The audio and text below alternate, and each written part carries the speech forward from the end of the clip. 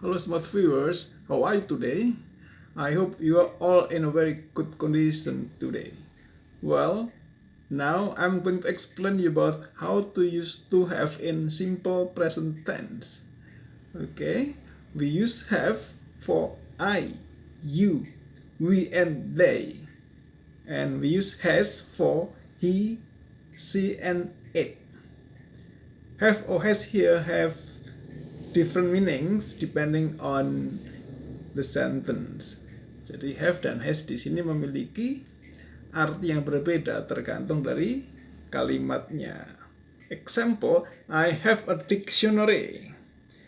I have a dictionary berarti saya mempunyai sebuah kamus.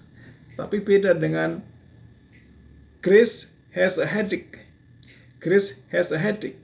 It means Grace sakit kepala. Then she has lunch at 12:30. Dia makan siang jam 12:30. We have many friends. Kita mempunyai banyak teman. Tom has much homework. Tom punya banyak PR. Oke, jadi arti yang berbeda tergantung dari kalimatnya atau kata yang mengikutinya. Oke, the exercise now, complete the sentences with have or has. Lengkapilah kalimat berikut menggunakan have atau has.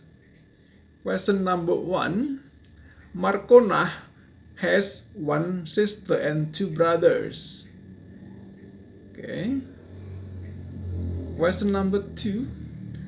Both children have bad colds. Number 3. You have brown eyes. You have brown eyes. Number 4. Dr. Smith has many patients. 5. Mr. Gonzalez has a new car. Question number 6. He has a good book. 7.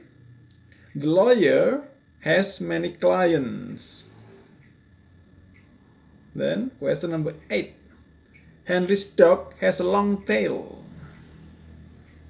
Number 9. The building has 2 entrances. Question number 10. Both brothers have black hair. Number 11.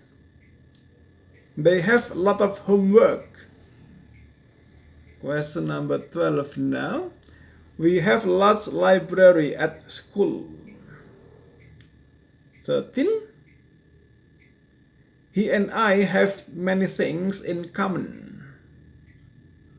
Then question number 14.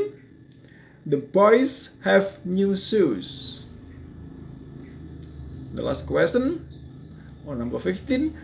Bill and Bob have much money. Okay, this is the end of our exercise here. Thanks for watching. See you later. Bye bye.